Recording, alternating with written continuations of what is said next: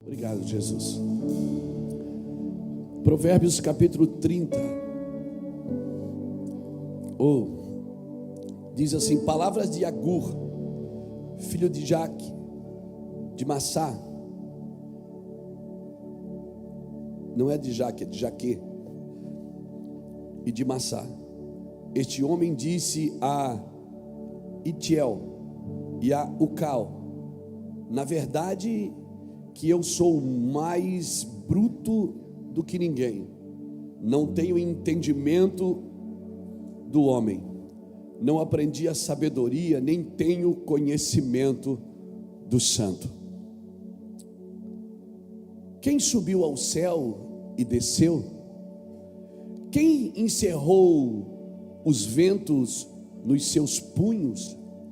Quem amarrou as águas na sua roupa? Quem estabeleceu todas as extremidades da terra? Qual é o seu nome e qual é o nome do seu filho, se é que o sabes? Toda palavra de Deus é perfeita, escudo ele é para os que nele confiam.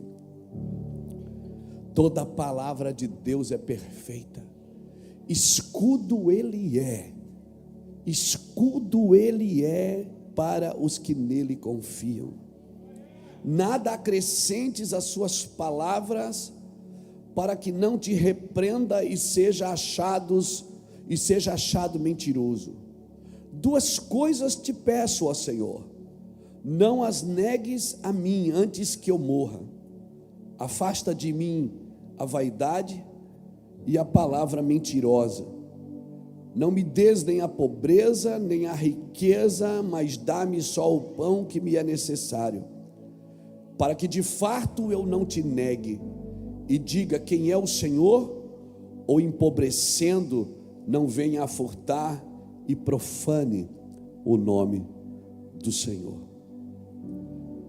Aleluia. Obrigado, Jesus, pela tua palavra.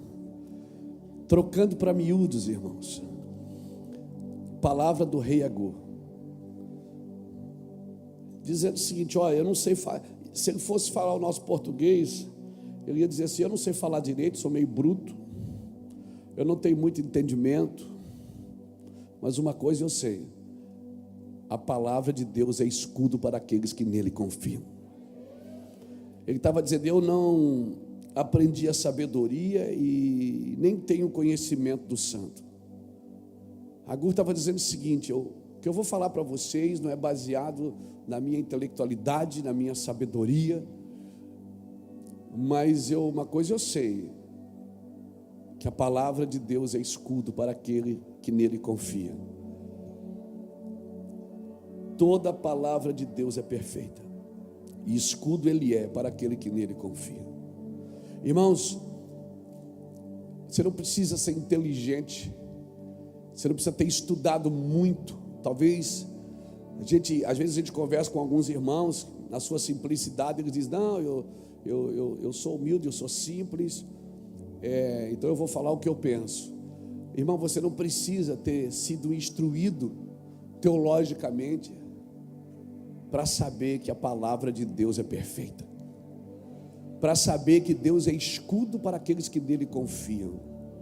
Você precisa levar isso a sério, porque o mundo só nos levará a sério se nós levarmos Deus a sério.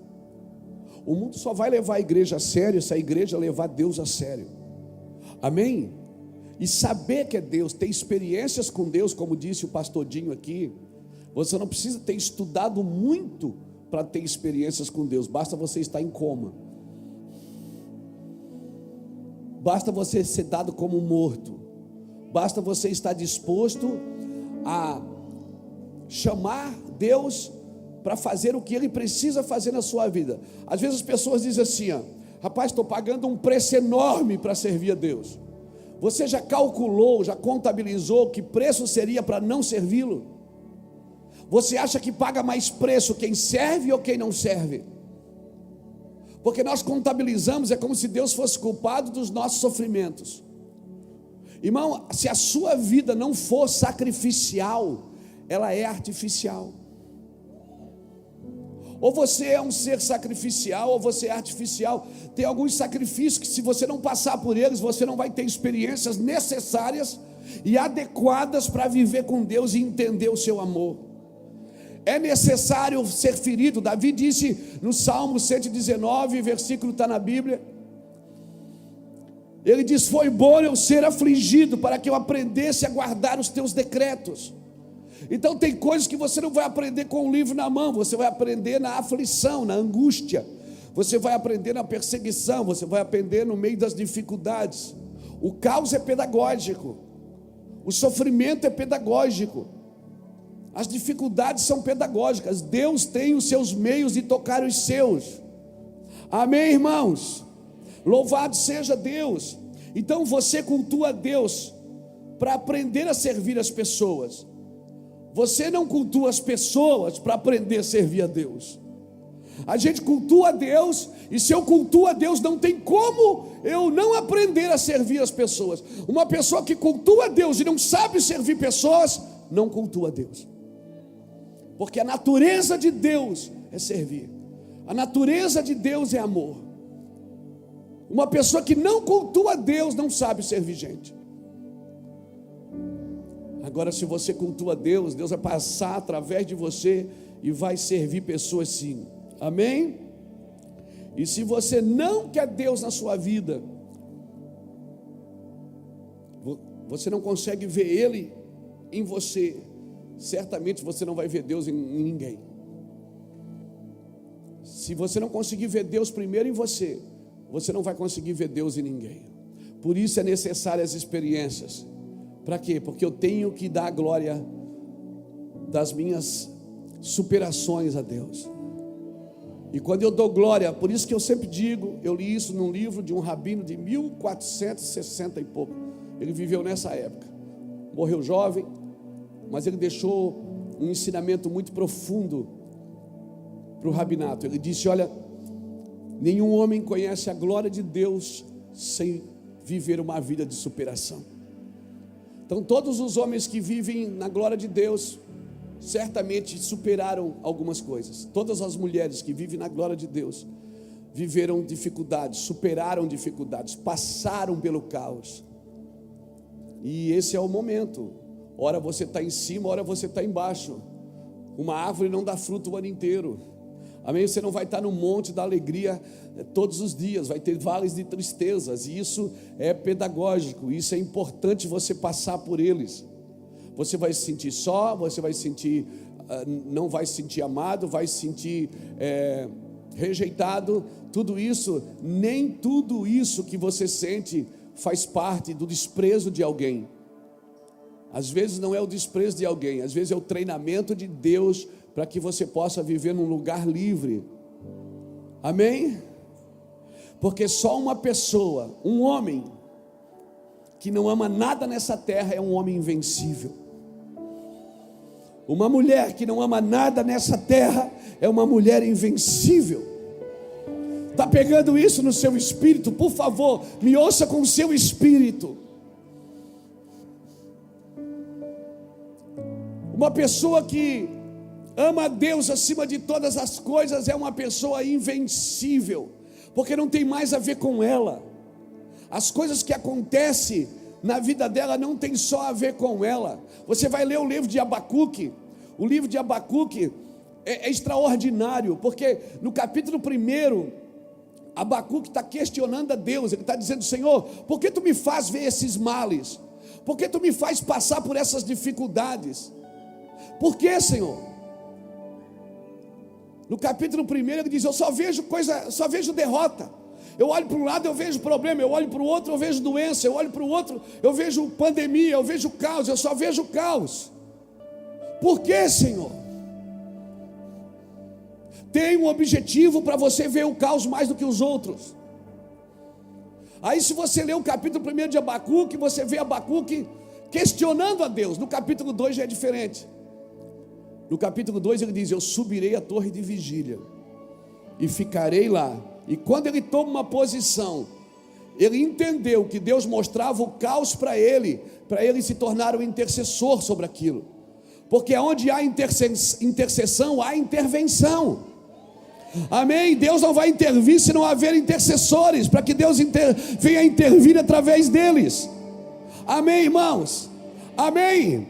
Você acha assim, você liga lá na internet, está lá Luiz Hermínio pregando, tem vídeos lá com mais de 10 milhões de acessos. Você diz, meu Deus, que homem abençoado. Mas não, tem uma equipe de oração aqui nessa casa, intercedendo, me empurrando para frente. Tem gente pagando preço que não aparece na câmera. Tem gente ensinando nas salas. Tem gente chorando nos montes, dizendo, Deus usa o meu pastor, Senhor abençoa a nossa igreja. Quem aparece é o Luiz, mas isso aqui não é trabalho de um homem, irmãos, é trabalho de uma família, é trabalho de uma equipe. Amém? Deus trabalha em conjunto, Deus é coletivo, e nós precisamos de um coração coletivo para avançar.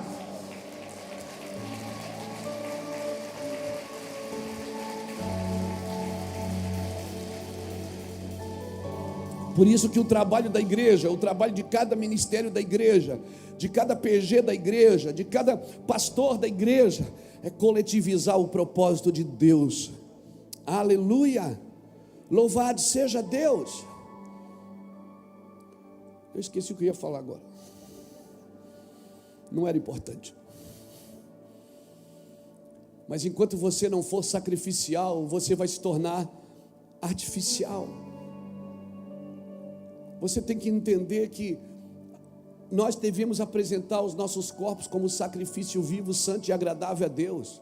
Nós precisamos dessa simetria, desse entendimento. Senhor, não me dá demais para que eu não, de fato, eu não ostente e não solte da tua mão, e não me dá de menos, para que, passando miséria, eu murmure contra o Senhor e venha roubar.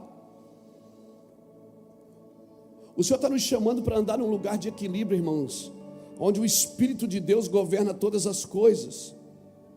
E se você não enxerga Deus na tua vida, certamente você não vai enxergar na vida dos outros. Nós não vamos conseguir.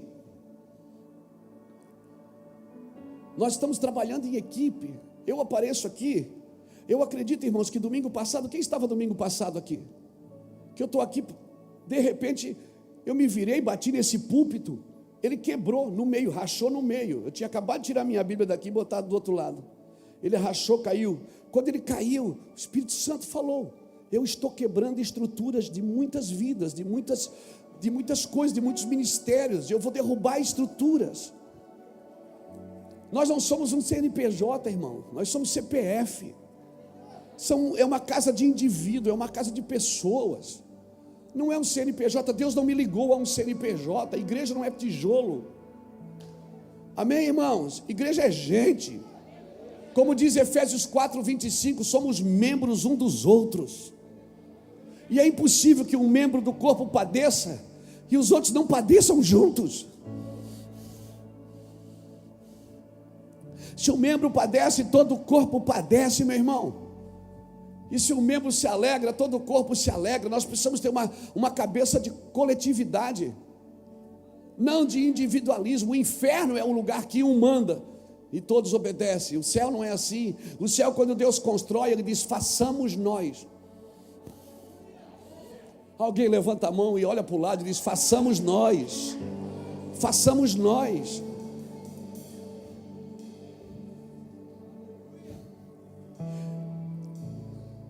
Deus não nos chamou por causa de um CNPJ, embora a gente precise ter. A gente está num país laico e a gente precisa prestar contas com o Estado, das entradas, das saídas, pagamos impostos, temos que ter uma editora para publicar os livros, temos que ter outras coisas, somos uma instituição, mas a igreja não é isso, irmãos. A igreja, por isso que eu digo, eu sou do Mevan, eu sou de Jesus, irmão. Eu fundei o Mevan, eu e o pastor Lapa começamos juntos há 20 anos atrás, mas eu não sou patrimônio do Mevan. Se o Mevan me atrapalhar, até eu saio dele.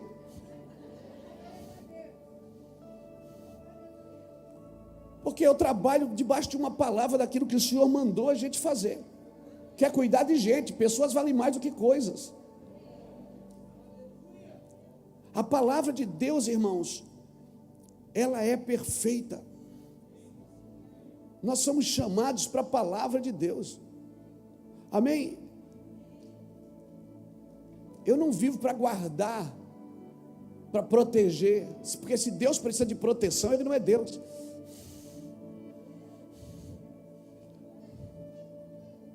Eu trabalho mesmo é para me expor, para que a minha reputação caia por terra, para que as pessoas tenham todas as expectativas de um homem e coloquem no Senhor Jesus Cristo. Eu sou alguém como você, correndo atrás da cruz, irmão, correndo atrás da cruz. Amém? Eu também quero pagar minhas contas amanhã. Eu também quero descansar. Daqui a pouco acaba o culto, eu também quero comer. Estou aberto a convites. Não, estou brincando. Nós precisamos. Por que eu estou falando isso? Porque, irmão, a igreja ela está entrando num lugar. A igreja que eu digo, a igreja do Senhor Jesus no mundo, ela está entrando num lugar de entendimento. Ela precisa entender a sua coletividade. Ela precisa entender que a ousadia não ofusca a humildade.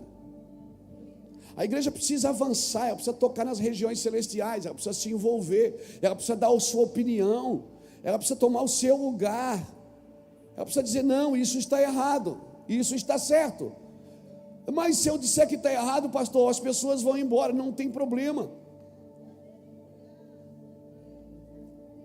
Porque se é eu que atraio as pessoas, é eu que tenho que alimentá-las.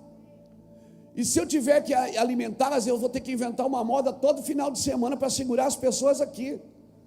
Porque se não é o evangelho que trouxe você a essa casa, se não é Jesus Cristo que trouxe você, se não é o evangelho da cruz, toda semana a gente vai precisar fazer alguma coisa, irmão. Vai ter que dar língua de sogra, balão, vai ter que prometer alguma coisa, vai ter que dizer que está vendo um anjo quando não tem anjo. Para segurar as pessoas, nós não vamos criar fantasias espiritualistas, amém? Nós vamos trabalhar para fundamentar as pessoas no evangelho de Jesus, através do ensino, através do discipulado, agora através do amor, porque uma igreja que sabe muito, mas não ama, ela se torna cética, amém? Não adianta ela saber muito, ela tem que amar. Deus nos chamou para cuidar de gente, Deus nos chamou para investir em gente, para chorar com gente, Deus nos chamou para comer com gente. Ó, falando de comida de novo, amém? Então nós precisamos, a gente tem sempre uma opinião para a igreja. Eu concordo, eu não concordo. Irmãos, a igreja vive a sua fase, mas passa os céus e passa a terra. Amém? Sempre teve situações e a igreja sempre esteve lá. A igreja já esteve cheia, a igreja já esteve vazia, a igreja já esteve em Roma, a igreja já esteve na Grécia, a igreja já esteve nas regiões celestiais. A igreja sempre existiu e ela sempre vai existir até a volta de Jesus. Amém? Graças a Deus. Então, não vamos mais contabilizar o preço de seguir Jesus. Rapaz, estou seguindo Jesus, é um preço caro. Nós já contabilizamos o preço de não segui-lo? Você já parou para contabilizar o preço de não seguir Jesus? Você imagina uma pessoa que não tem Jesus? Eu não sei como seria isso. Nós estamos há 25 anos servindo a Cristo na nossa casa. Eu não sei mais passar um dia sem buscar Deus. Eu não sei, mas alguém pode dizer: mas isso aí já virou costume. Então é um bom costume. Mas eu não sei sentar na mesa sem orar pelo almoço, sem agradecer pela comida. Eu não sei pegar uma camisa no guarda-roupa, me olhar e dizer assim: meu Deus, obrigado, Jesus, estou vestido. Botar a mão no bolso e dizer: Deus, eu tenho um dinheiro, aleluia, vou até dar de oferta hoje. De poder pedir uma comida e ter para comer, de poder alguém pedir uma ajuda e você ter para ajudar. Isso é motivo de gratidão. E se tem uma palavra que enche o coração da minha esposa e a boca dela, é gratidão. Tudo que ainda se fala é gratidão, tudo tem gratidão no meio. Então nós temos para fazer, irmãos, coisa boa você ter para abençoar, para dar. Então a gente está contabilizando demais. Porque servir a Jesus é uma luta, é um preço alto, e não segui-lo seria um preço muito mais caro, irmãos. Amém? Aleluia. Mas tem muitos problemas entre a gente. Irmão, onde tem gente tem problema. Quem aqui tem problema com outra pessoa? Não levanta a mão, não levanta. Não vai faltar mão aqui. Quem aqui tem problema com um parente? Com o vizinho? Com o cônjuge? Não, com o cônjuge. Quem aqui? Todo mundo tem problema, não tem gente que tem problema. Quer acabar com o problema da igreja? Manda todo mundo embora e pega para as cadeiras. Onde tem pessoas tem problemas. E sabe qual é o nosso problema? Porque a gente sempre acha que o problema está com o outro.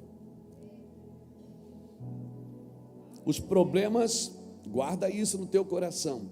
Os problemas que temos entre nós nada mais é do que os problemas que temos em nós. Está na Bíblia? É claro.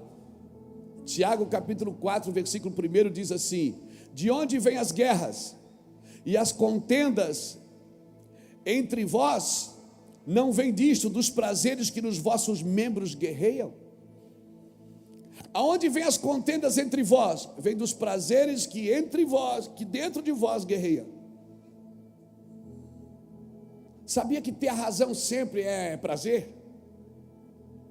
Não é bom ganhar uma briga? Levanta a mão aí, meu irmão. Não é bom você entrar numa discussão e ganhar? Não é bom? É bom ou não é? Isso é um prazer que você tem. Por isso você gosta de uma treta. Por quê? Porque você gosta de ganhar a briga. Já que não faz academia, não ganha no braço, ganha na língua. Isso é um prazer. Não é bom ser bonito? Nem que seja pela fé, mas não é bom?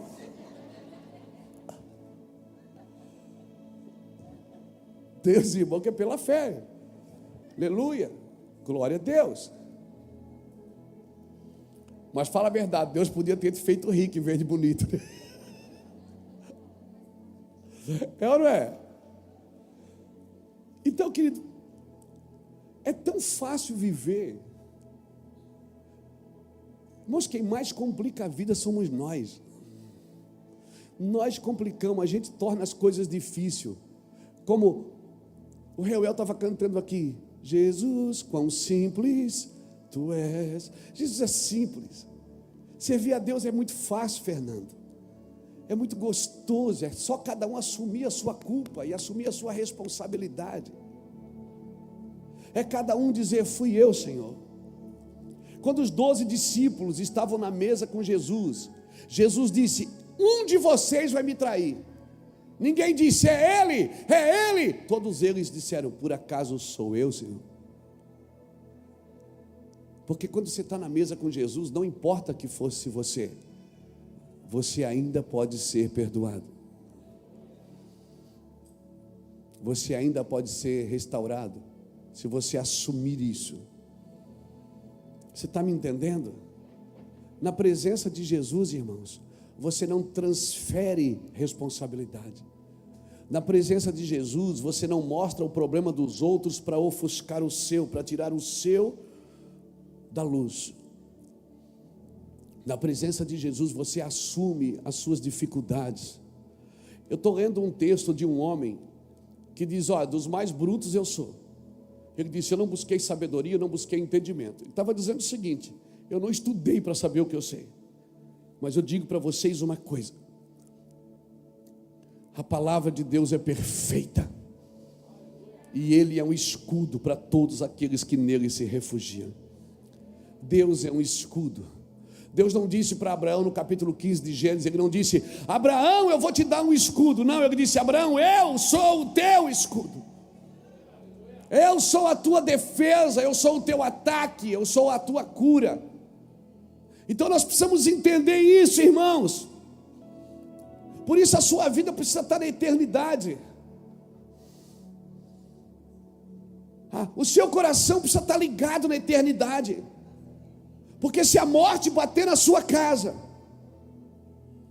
se a morte, a dificuldade, a falência, a necessidade, o desespero bater na sua porta.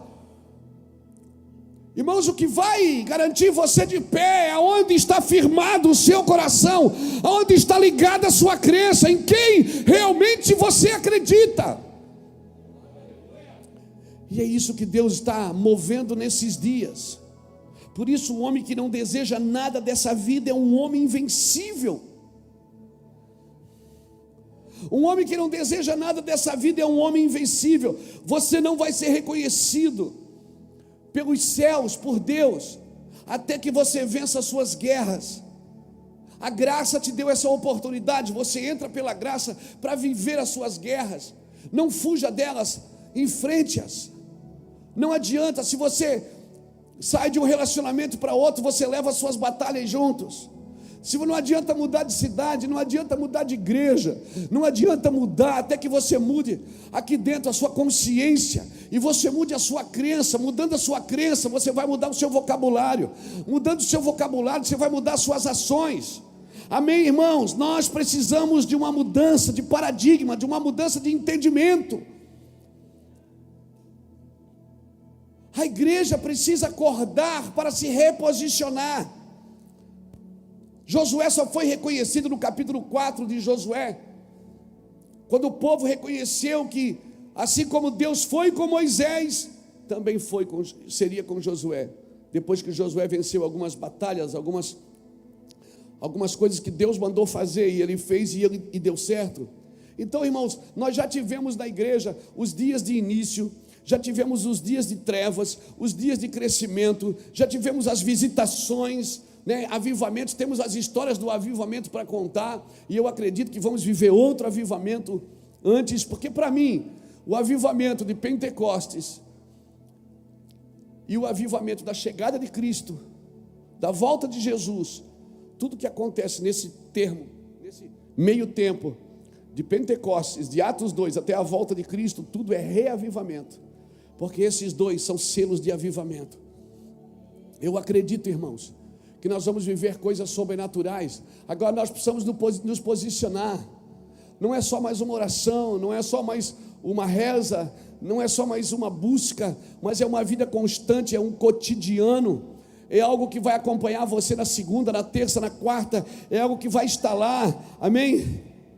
Não é pregar sobre Jesus, é pregar o que Jesus fazia, mas também pregar o que ele não fazia, porque o que ele não fazia é tão importante quanto o que ele fazia. Se Jesus não fazia, eu também não vou fazer. A gente fala muito do que Jesus fez, e o que ele não fez? Por que ele não fez? Também é importante saber por que ele não fez, para que a igreja não faça coisas que Jesus não mandou fazer. E aí nós vamos perdendo tempo, amém? Então, duas coisas estragam uma geração: a necessidade e o excesso. Por isso, Agur aqui foi muito feliz quando ele disse: Senhor, não me dá demais, para que de fato eu não te negue, e não me dá de menos, para que na falta eu murmure contra ti. Me dá o pão de cada dia. Jesus me ensinou a orar isso. Agur, ele não viveu na época de Jesus. Jesus me ensinou a orar isso: Pai nosso que estais no céu, santificado seja o teu nome, venha a nós o teu reino, seja feita a tua vontade, aqui na terra como no céu. O pão nosso de cada dia nos dai hoje. Você já viu que você não sofre pelo básico, você sofre sempre pelo supérfluo. O básico não faz você sofrer. Sabe por que sofremos? Porque temos mais do que precisamos. Obrigado pelo seu amém tão evangélico. Nós sofremos porque nós temos mais do que precisamos e buscamos mais do que precisamos. Está errado você ter? Claro que não está, querido. O errado está quando isso controla a sua vida, controla a sua busca, controla as suas decisões. Amém? Você tem mais do que precisa. Vai me dizer que você não escolheu, não levou pelo menos uns 5, 10 minutos para escolher a roupa que você viria aqui hoje?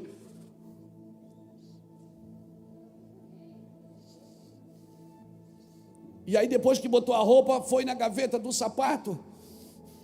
Esse não vai combinar, bota outro. Não estou dizendo que, não é, que é errado você ter, pelo amor de Deus, não é isso. Eu estou dizendo, irmãos, que essa não é a nossa busca. A Bíblia é clara e eu preciso obedecer a Bíblia. Não é pegar versículos isolados e jogar na cara dos outros como se eles não estivessem cumprindo as Escrituras. Quando a Bíblia diz: buscai primeiro o reino dos céus e as outras coisas te serão acrescentadas, isso é uma verdade que precisa ser observada pela igreja. Buscar primeiro o reino dos céus e as outras coisas te serão acrescentadas. Agora, se eu vou buscar as outras coisas, não significa que o reino dos céus vai ser acrescentado em mim, porque o reino dos céus não é acrescentado em quem corre atrás de coisas. As coisas é que são acrescentadas daqueles que estão vivendo o reino de Deus. E o pior, eu já sei disso, Marcão, eu já sei disso, mas parece que no cotidiano eu esqueço. Porque Deus me capacitou com ideias, Deus me capacitou com buscas. Eu sei fazer negócios, eu sei transicionar no viés do business, eu sei transicionar nas compras, nas vendas. Jesus falou, até usa o versículo: negociai até que eu venha. Aleluia. Então está tudo dentro das Escrituras. Mas tem coisas que são primordiais, irmãos. São coisas que são prioritárias para a gente. Você pode ter tudo, e oxalá que você tenha, e o seu dízimo aumente. Aleluia. Oxalá que você tenha, a sua oferta. Não é isso que eu estou falando, querido. Eu não estou condenando as pessoas que têm. Se você tem e não quer mais, o pastor falou para não ter mais, dá para mim que eu quero. Não é isso. Eu estou dizendo, querido, que essa não é a sua prioridade. A sua prioridade domina a sua vida. Tem duas coisas que dominam a sua vida: quem te perturba te domina, e a sua prioridade também te domina. Qual é a sua prioridade? Quando o Senhor manda, quando o Senhor disse para Maria, para Marta: Marta, Marta, estás ocupada e distraída com muitas coisas, mas a Maria escolheu a melhor parte. Jesus não estava anulando o serviço de Marta. Jesus não estava dizendo: Marta, você tem que se ligar, você está trabalhando muito. Não, não. Jesus estava dizendo: Marta, o momento agora que eu estou aqui é para você sentar e me ouvir. Depois o seu trabalho vai fazer sentido. Irmãos, tem gente trabalhando para Deus que está fazendo coisa que Deus não mandou. Está gastando tempo, gastando dinheiro, gastando energia, perdendo a família, destruindo a casa, e o pior, oprimindo os outros. Esse frenesi vai acabar. Amém? Porque se eu busco a Deus, irmãos, irmão, eu vou te falar uma coisa. Quando eu me converti com 28 anos de idade, voltei para o Senhor, 7 meses depois eu era líder de jovem da igreja. 7 meses depois eu estava liderando os jovens da igreja que eu me converti. Por quê, pastor? Porque meu pastor nunca precisou mandar eu ajuntar um papel no chão. É a igreja que eu congrego, como é que ela ia ficar suja? Meu pastor nunca, eu olhava para o copo dele e acabava a água, eu já saía correndo. Tinha hora que eu até atrapalhava ele. A vontade de fazer algo por alguém que me socorreu. E só o que eu podia dar naquela época era um copo de água. Eu nunca precisei estar na escala para estacionar um carro. Eu nunca precisei estar na escala para ficar numa porta. Eu nunca precisei estar numa escala, porque era a minha vida. Eu acordar de manhã, a Iraci trabalhava, eu não. As mulheres gostam de trabalhar mais do que os homens.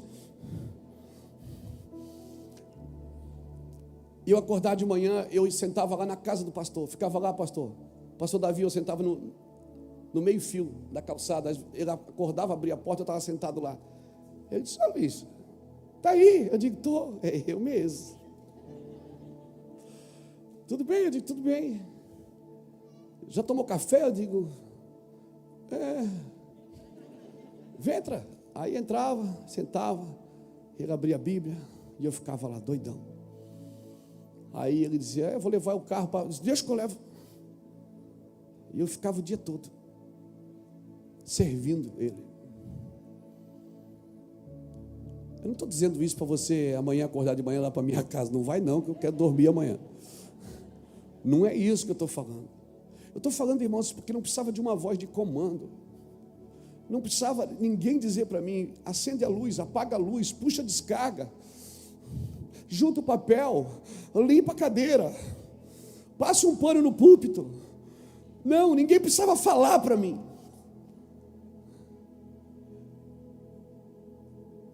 E eu não estou falando isso, isso não tem a ver só com a congregação, isso tem a ver com a vida.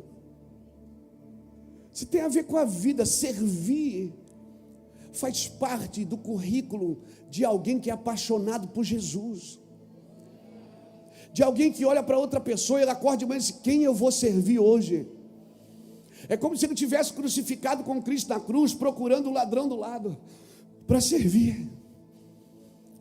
Servir faz parte de alguém que foi selado pelo Espírito Santo, que tem desejo de compartilhar, desejo de repartir, desejo de dar, que não está buscando direitos, que só quer estar ali para servir, que mesmo que não saia na foto, ele quer servir, porque todas as coisas são registradas por Deus, irmãos. Aleluia! Então tem duas coisas que estragam uma geração: é o excesso e a necessidade. Então, tem lugares, irmãos, que Deus vai levar você, tem lugares que você vai abrir empresas, que você vai começar a trabalhar. Esses lugares, às vezes, eles não precisam de ajuda, eles precisam de profetas. Eles precisam de alguém que libere palavras naquele lugar. Vai ter lugar que Deus vai levar você, você vai dizer: o que eu vim fazer aqui? Você foi liberar palavras, porque não tem coisa mais contundente, irmão, na vida de um profeta, na vida de um homem, do que ele carrega e o que ele libera para a vida dos outros. Então você não pode perder tempo como cristão. Parece que a igreja ela mudou, ela contabilizou diferente. Parece que a gente atrai as pessoas para a igreja para elas receberem alguma coisa, quando eu deveria ter a mentalidade de: eu vou na igreja para dar alguma coisa para alguém. Vai ter sempre alguém que está numa necessidade pior do que eu. Essa deveria ser a nossa mentalidade acerca do corpo de Cristo. O que eu posso fazer? O que eu posso dar? O que eu posso ajudar? E quando eu falo em dar, irmãos, fique tranquilo, eu não vou fazer outra oferta. Eu não estou falando de dinheiro. Eu estou falando de um coração servil, de um coração livre, de um coração solto, de um coração de entender que eu faço parte de um corpo. Porém, tudo que faz parte da minha vida faz parte deste corpo. Então, irmãos, entender que esses calendários que Deus criou para mim caminhar neles, essas agendas de Deus, elas têm um propósito, e eu preciso correr em direção a esse propósito. Assim, quando Jesus nasceu, e se você ler Mateus capítulo 4, versículo 13 ao 15, você vai ver que tem um texto lá que está escrito assim: e isso aconteceu para que se cumprisse. E se você ler Mateus do capítulo 1 ao capítulo 4, por 8 vezes você vai ver a expressão: e isto aconteceu para que se cumprisse o que fora dito, e isto aconteceu para que se cumprisse o que fora dito. O próprio Jesus que pisou nesta terra, ele pisou nesta terra para que se cumprisse o que fora dito por Isaías, por Jeremias, por Ezequiel, por Daniel, por Davi, por Adão, o que foi dito pelos homens. Então o Jesus nasceu com um propósito para cumprimento de algo que Deus havia falado. Então o meu trabalho é cumprir algo que já fora dito por Deus, e por isso eu não posso me distrair, por isso que eu tenho que ter prioridade. Enquanto o pastor Dinho falava aqui, Deus teve que me colocar numa cama e me permitir viver em coma por 53 dias para que eu entendesse hoje coisas que eu não entendo. Eu conheço a vida do Dinho. O Dinho é um homem muito próspero, muito abençoador, muito abençoado. Tem uma igreja linda, está no ministério em tempo integral há pouco tempo, sempre trabalhou, foi superintendente da fiscalização de todo o estado do Mato Grosso do Sul. Eu conheço o Dinho, conheço a casa dele. Nós já fizemos viagens para Israel junto. Conheço o coração dele, um homem próximo. Mas se eu perguntasse agora, Dinho, o que você espera da vida daqui por diante, depois de ter saído de coma, de uma UTI, já com um dia marcado para morrer? Espera o quê? Nada. Eu não quero mais nada. Então às vezes Deus tem que permitir a gente. Já não queria muito, né? Agora não quer mais nada.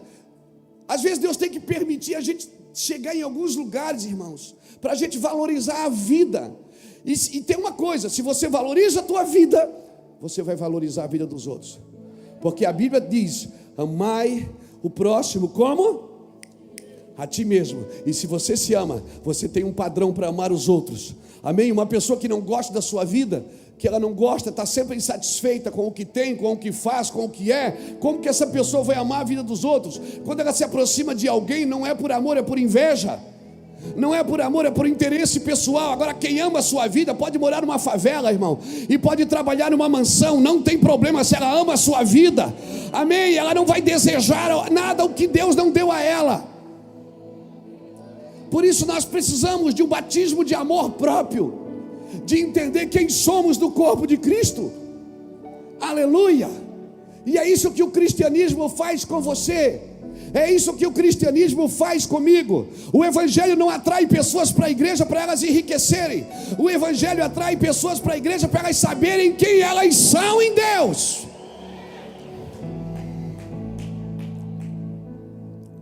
Isso é evangelho. Agora,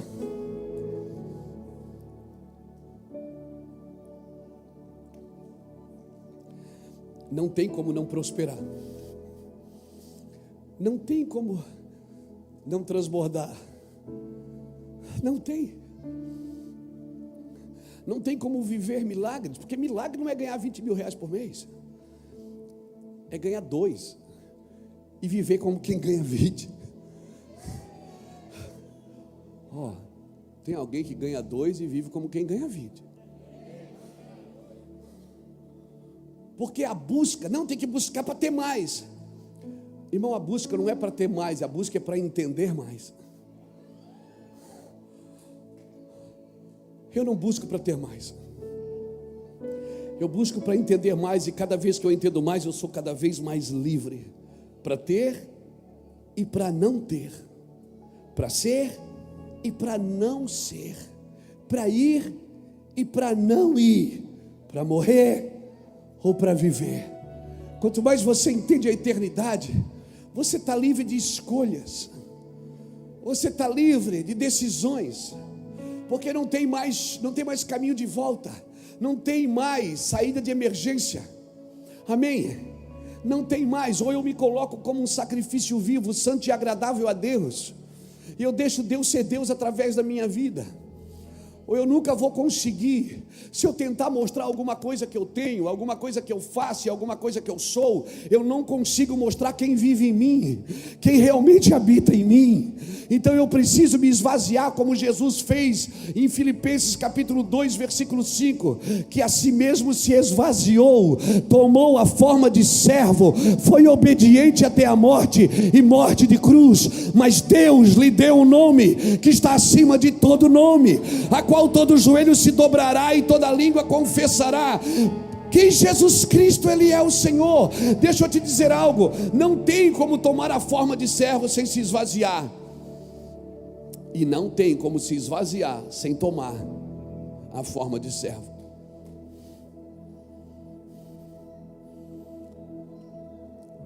Jesus quer libertar você. Mas eu já sou liberto. Não é de demônios, é de você mesmo,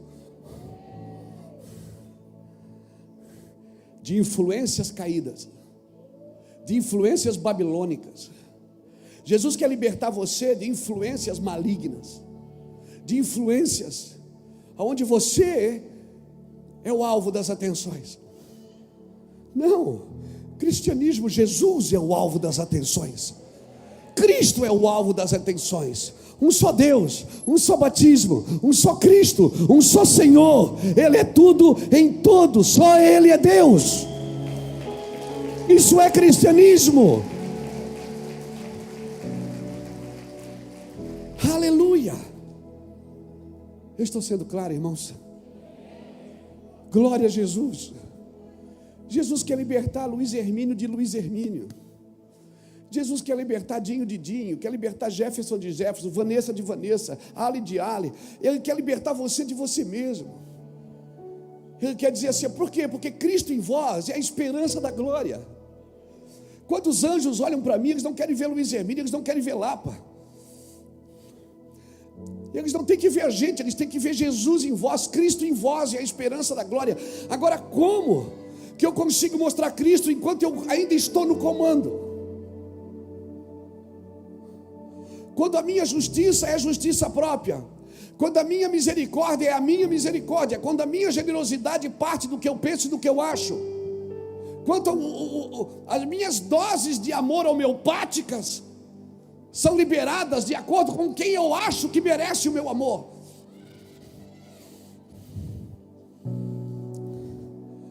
Aleluia. Eu preciso ser livre de mim para poder servir a Cristo.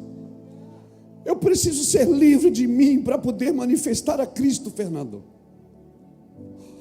Eu preciso ser livre de mim. O diabo não é o diabo já foi vencido na cruz. É o nosso orgulho, é a nossa prepotência, é a nossa soberba de achar que somos melhores do que o outro. É o tribunal em nossos corações.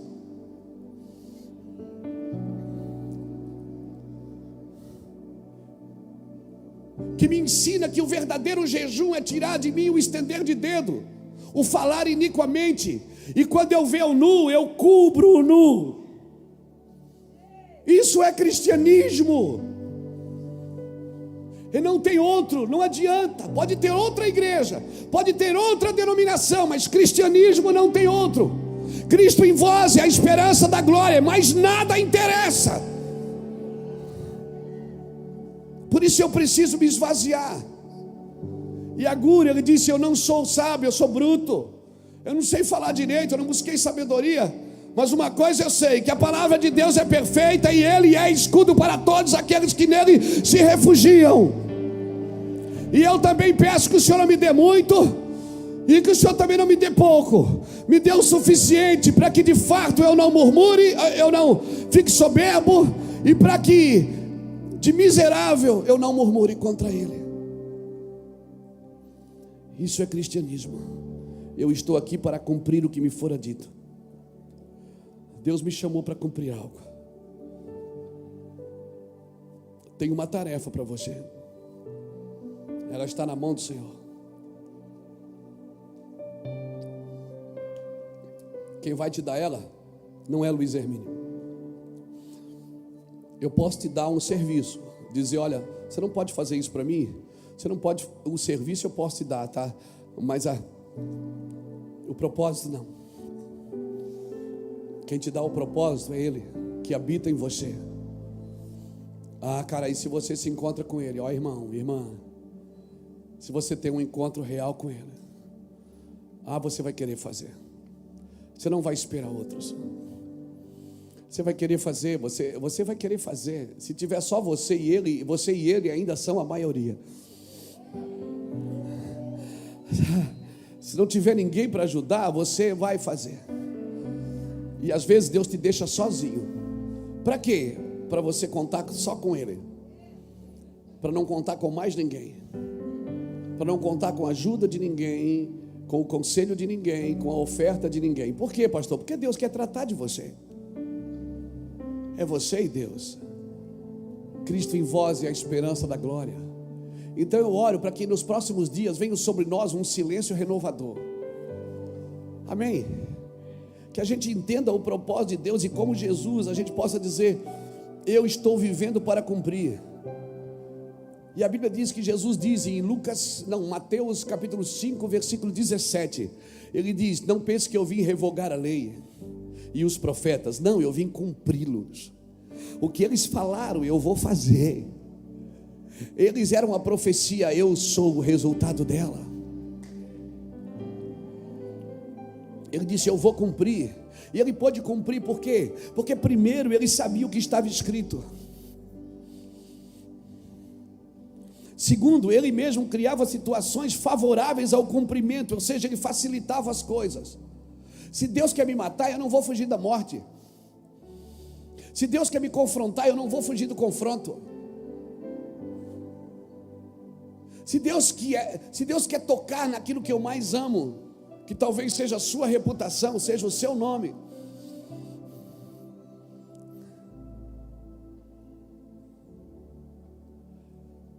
se você já entregou tudo para Jesus, você não tem mais nada para proteger, porque nada mais é seu. Nada mais é seu. Sabe por que você está tentando segurar as coisas? Porque você ainda se sente dono disso. Se você entrega seus filhos, entrega seus netos, entrega suas empresas, entrega a sua família, e acorda todo dia de manhã e diz: Deus, é tudo teu, eu não tenho nada aqui. Eu quero ser um homem invencível, porque nada nessa terra me atrai. Eu sei que o Senhor me deu uma esposa para cuidar, o Senhor me deu filhos para cuidar, para amar, esposa para amar, amigos para zelar e para cuidar, mas é tudo teu, Senhor. Jesus foi claro quando ele disse: sem mim nada podeis fazer. E parece que a igreja esquece desses detalhes tão minuciosos das Escrituras. Tão minuciosos. Se você já entregou tudo para Cristo, nada mais é seu. Sabe por que Jesus pôde cumprir? Porque primeiro ele sabia o que estava escrito. Segundo, ele era favorável ao que estava escrito. Ele facilitava as coisas. E terceiro, ele agia. Ele agia de acordo como estava cumprido, para se cumprir. E cumpriu-se no exato momento que Jesus chegou no local que precisava se cumprir. Você precisa estar na agenda de Deus, e você precisa estar no território de Deus, você precisa estar no cenário de Deus, aonde Deus está te esperando para cumprir o seu calendário. Você não é um esquecido, você não é um improvável, até porque Deus não improvisa. Deus tem o seu nome, tem o seu endereço, Ele tem os detalhes da sua vida. Ele chama Elias em 2 Reis, ou melhor, 1 Reis capítulo 19, versículo 15. Ele chama Elias e diz: vai na casa de Safate, em Abel-Meolá, e unge Eliseu, profeta, em teu lugar. Ele deu o nome do pai, deu o nome do cara e deu o endereço da casa. Chegou lá, Eliseu estava lavrando a terra com 12 juntas de boi. Era um homem próspero. Ninguém tinha 12 juntas de bois naquela época. E se a Bíblia dá o detalhe de 12 juntas de boi, é porque o homem era próspero. Elias não falou nada, não prometeu nada, não disse nada, só jogou a capa. No jogar a capa, pronto, ele pegou o carro, desmontou o carro, fez um churrasco de despedida com os amigos, matou os boi. Sabe o que ele estava fazendo? Para nunca mais voltar ali. Ele estava dizendo o seguinte: daqui é só para frente. Irmão, geograficamente, quando o Senhor te chama para ser crucificado com Ele, na cruz você não consegue olhar para trás. E se Deus te chama para você ser crucificado com Cristo, Ele está dizendo que só tem 2 lugares para você olhar: é para cima, entregar o seu espírito, e para o lado para salvar quem está morrendo. E a salva ainda quem quer. Tem gente que você não consegue. Ele olhou para um lado, o cara não quis. Olhou para o outro, o ladrão olhou. Um ladrão disse para ele: tu não és o Cristo, desce daí, tira nós também. Tu não é o filho de Davi. O outro que estava do outro lado disse assim: cala a boca aí, nós estamos aqui porque a gente merece. Ele não fez nada. E aquele homem diz assim: Senhor, lembra-te de mim quando entrares no teu reino. Aquele outro ladrão, Jesus nem respondeu, porque Jesus não responde quem quer descer da cruz, Ele responde quem quer entrar no reino. Quem vive murmurando e reclamando da sua cruz, Jesus não dá ouvido. É porque não entendeu o propósito do cristianismo. Está chorando por uma riqueza que não veio, por uma posição que não veio, por uma unção que não veio. Está reclamando, dizendo porque o Senhor dá para ele e não dá para mim. Está reclamando, é aquele filho mais velho que está em casa e não entendeu que ele é dono do cabrito, que ele poderia matar o cabrito e comer, mas não. Ele não entendeu que ele é herdeiro. Nessa noite, irmãos, eu quero despertar você para ser livre de você mesmo. Faça uma campanha de oração contra você. Por favor. Vamos fazer isso? Vamos fazer uma campanha de oração e jejum contra a gente. Dizer: Deus, arranca de mim tudo que não te glorifica. Se prepara. Você pode perder o namorado. Você pode perder a namorada. O casamento não, porque aí Jesus te deu, você tem que carregar mesmo, meu filho, minha filha. Não tem negócio não. Mas você está afim mesmo de dizer assim: a Jesus, arranca de mim tudo que não te glorifica. Essa camisa do Flamengo ele vai tirar depois, entendeu? Quando a gente quer ser livre da gente, irmão, isso é uma batalha diária. Você não consegue servir a Deus do seu jeito. Você vai cansar, você vai frustrar e você vai desviar. Você vai sair da igreja e vai sempre culpar alguém por isso. E na realidade é porque você não morreu o suficiente para entender o que Jesus queria com você. Deus só usa homem morto. Deus só usa homem chorão.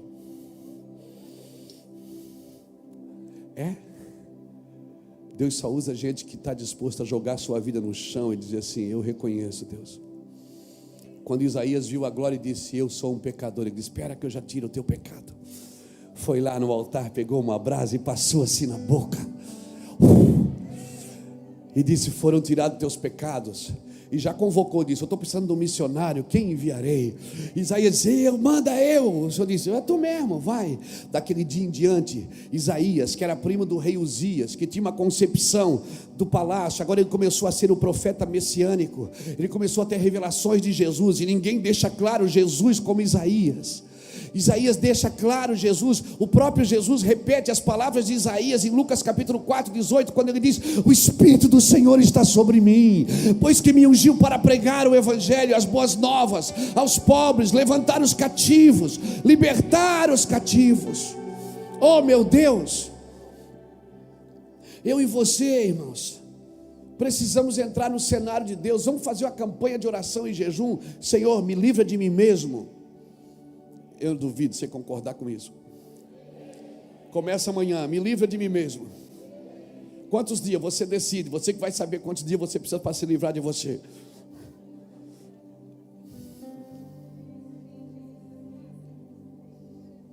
Alguns, para entrar no cenário de Deus, vão ter que soltar algumas coisas. Eliseu teve que deixar os bois e o carro. Pedro teve que deixar o barco. Levi deixou a coletoria de impostos. Agora José não, José teve que pegar, ele teve que ser governador. Esther teve que ser rainha. Você está entendendo a simetria? Tem gente que vai ter que soltar algumas coisas, tem gente que vai ter que... We were in love that never meant to stay. Some things are real, even when they fade.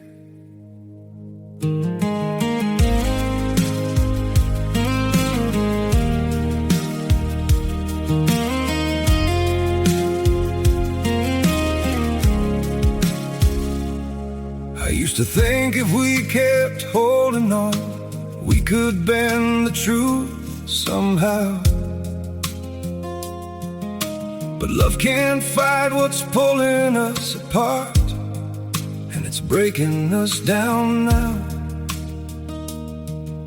Your hand, we were in love, that never meant to stay. Some things are real, even when they fade.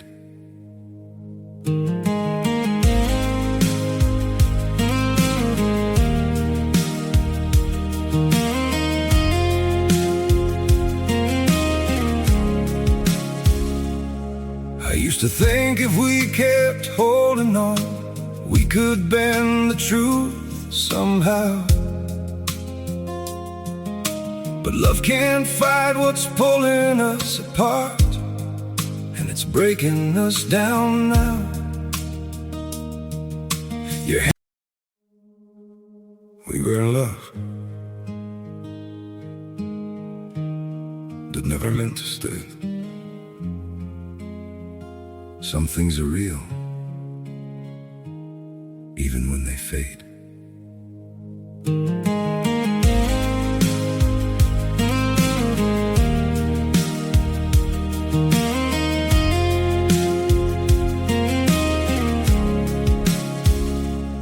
I used to think if we kept holding on, we could bend the truth somehow.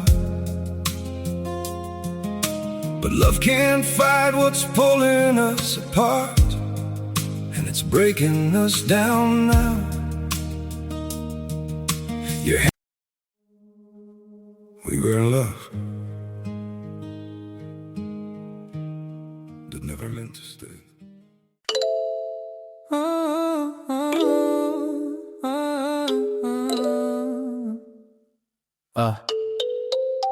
Yo, that is stream dreams, screens gleam, got me deep in the seams. Fiber optic vibes across the miles, this connection thrives. Good connection thrives. Firewall blazes, no phases, my heart amazes you through the pixel haze in these digital days. Signal strong, where do I belong?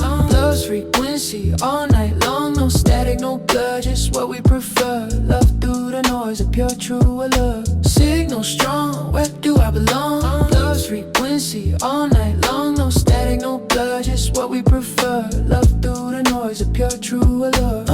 Packet lost, a tiny cross, my thoughts they toss. At what cost? Emoji smiles, worth all the trials. These virtual aisles, you're my Wi-Fi, my true sky, never goodbye. Signal strong, where do I belong? Love's frequency all night long, no static, no blur, just what we prefer. Love through the noise, a pure true allure. Heartbeat syncopated, a rhythm created, encrypted feelings never outdated. A cold love, a new kind of dove from above. It's digital shove, a testament to our love. Signal strong, where do I belong? Love's frequency all night long, no static, no blur, just what we prefer. Love through the noise, a pure true allure.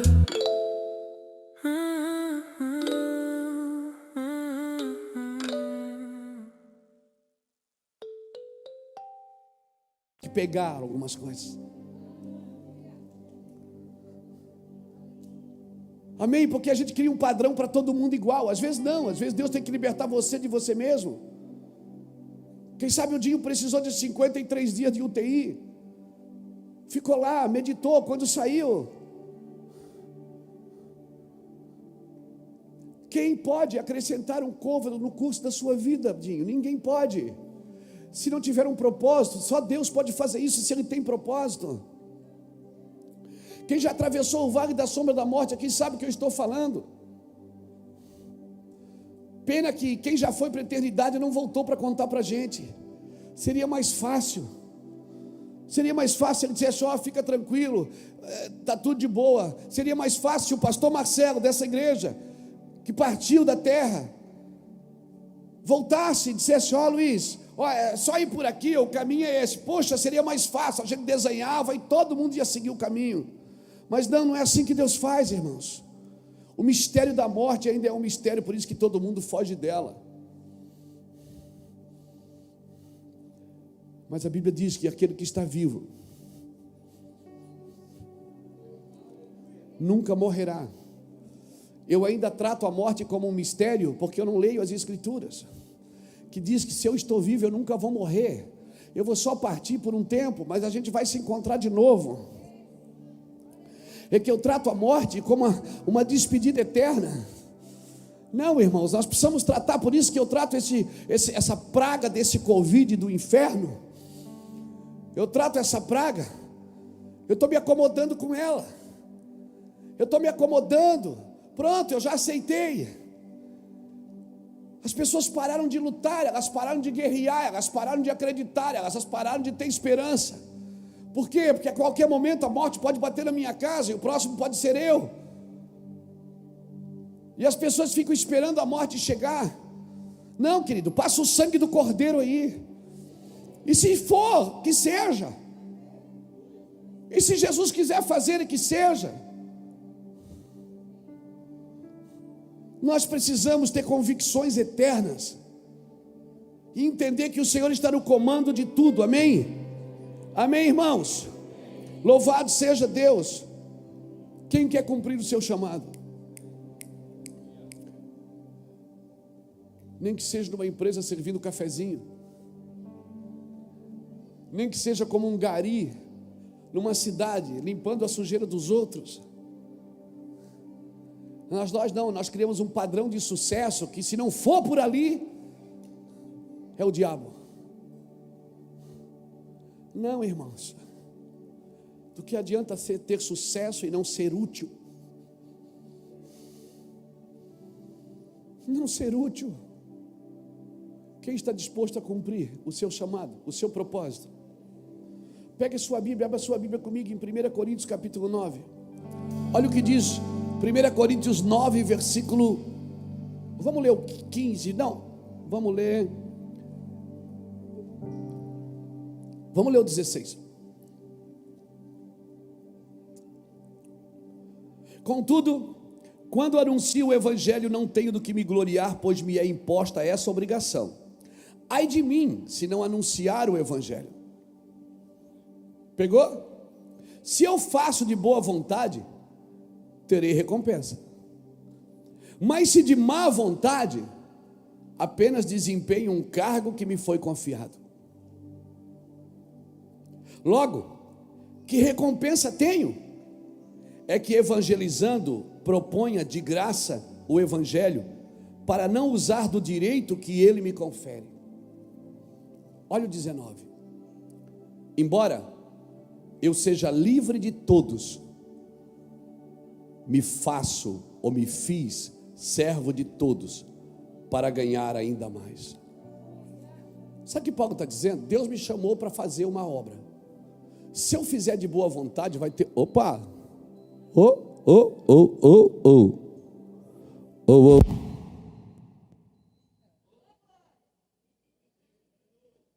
aleluia. Não é hoje o arrebatamento, calma. Aleluia. Aleluia.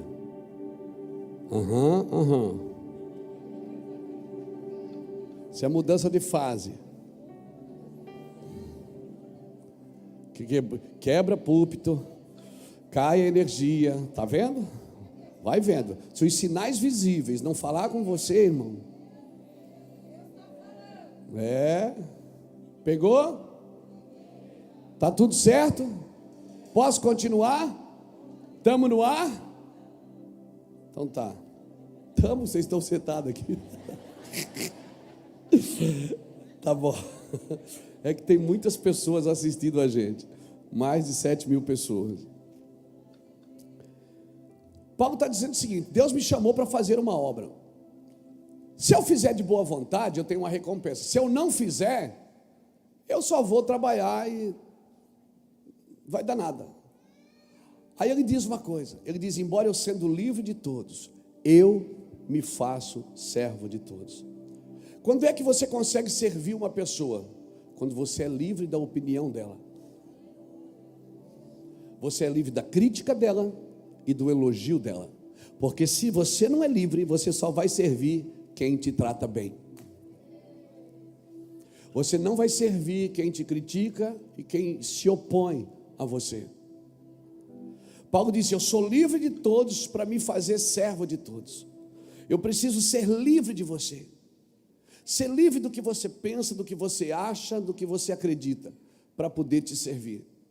Porque senão, a gente faz acepção de pessoas.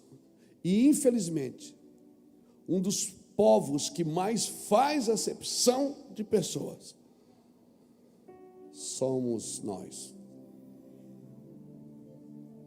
Você consegue sentar com um crente para conversar com ele, para trocar uma ideia com ele, mas você não consegue sentar com quem não comunga da sua fé. E você ainda cita a Bíblia. Você diz: ninguém pode andar junto se não estiver de acordo. Se dois não estiverem de acordo, não podem comer junto, não podem andar junto. Não posso sentar na mesa de Deus e na mesa dos demônios. E aí, o teu parente lá faz uma festa, você não vai, porque ele não é crente. E aí você quer que o seu parente se converta.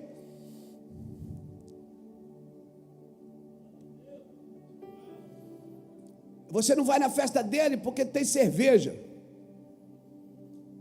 porque eles bebem,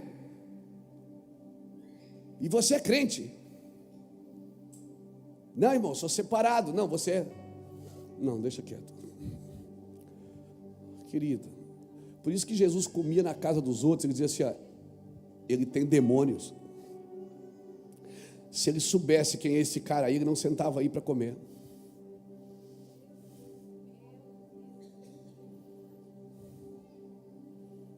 E por isso nós vivemos um evangelho assim, vazio, frouxo de amor.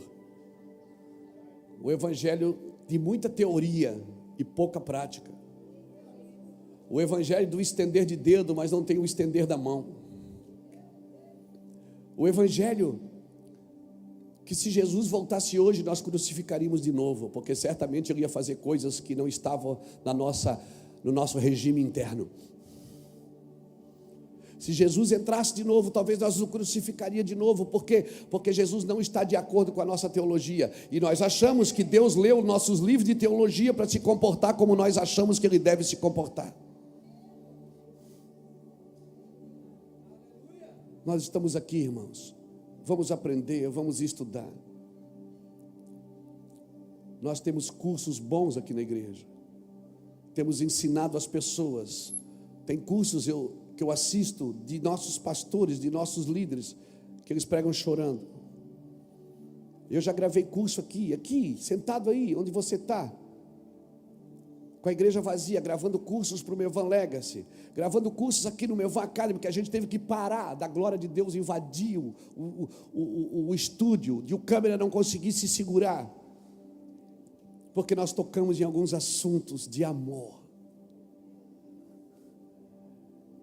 Comece a falar de amor com os outros, o ódio por eles vai passar.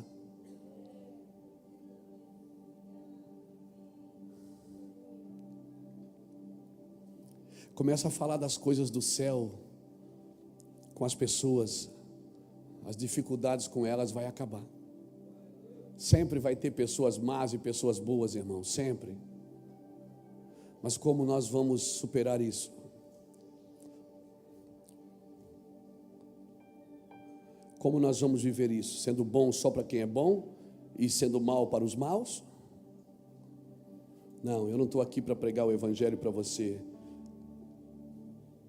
Um evangelho teórico que não ensina você a ter o mesmo coração de Cristo. Geazi e Eliseu estavam hospedados na casa de uma mulher. Eu vou parar aqui. E o filho da mulher morreu. Você lembra dessa história? Lembra? A mulher foi no encontro dos dois, lembra? Que a mulher foi no encontro dos dois, disse: meu filho morreu, está lá. Eliseu tirou o bordão, pegou o bordão, deu na mão de Geazi e disse: vai lá e põe o bordão sobre o menino. Aí ele pegou o bordão, botou sobre o menino.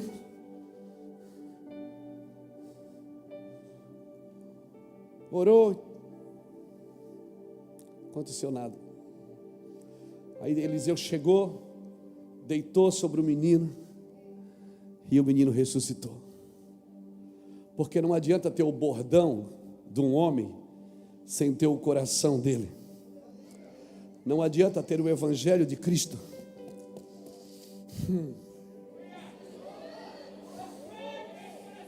Não adianta você ter a Bíblia na mão, o evangelho de Cristo, se você não tem o mesmo coração.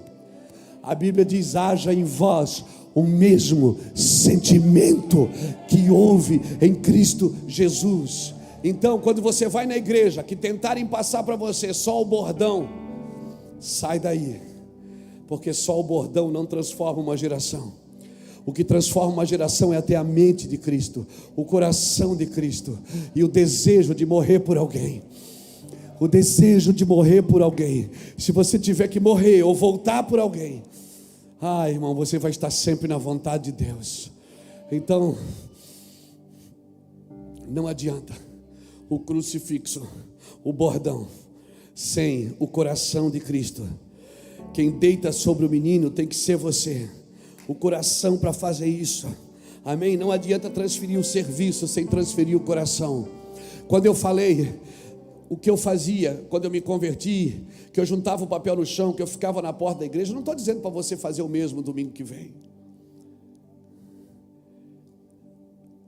porque o objetivo aqui não é transferir serviço, é transferir o coração desta casa. E para encerrar, para nós ir embora feliz agora de verdade, amém? Bota aqui para mim, tem aqui a Bíblia? Pode botar aqui? Salmo 78, bota aqui para mim, Salmo 78, bota aqui, Salmo 78, versículo 72, aleluia, para todo mundo ver e ficar feliz. Está aparecendo aí também? Na televisão? Não está na televisão? O que é que houve aí nessa televisão? Está desligada? Não pagaram a conta da televisão. Assim os apacentou Davi, a minha tradução diz, segundo a integridade do seu coração, e os guiou com a perícia das suas mãos. Sabe como é que Davi apacentava Israel? Com o trabalho das mãos e a integridade do coração. Não adianta ter habilidade na mão sem ter pureza no coração. O problema é que a igreja investe nas pessoas habilidosas, não nas pessoas puras.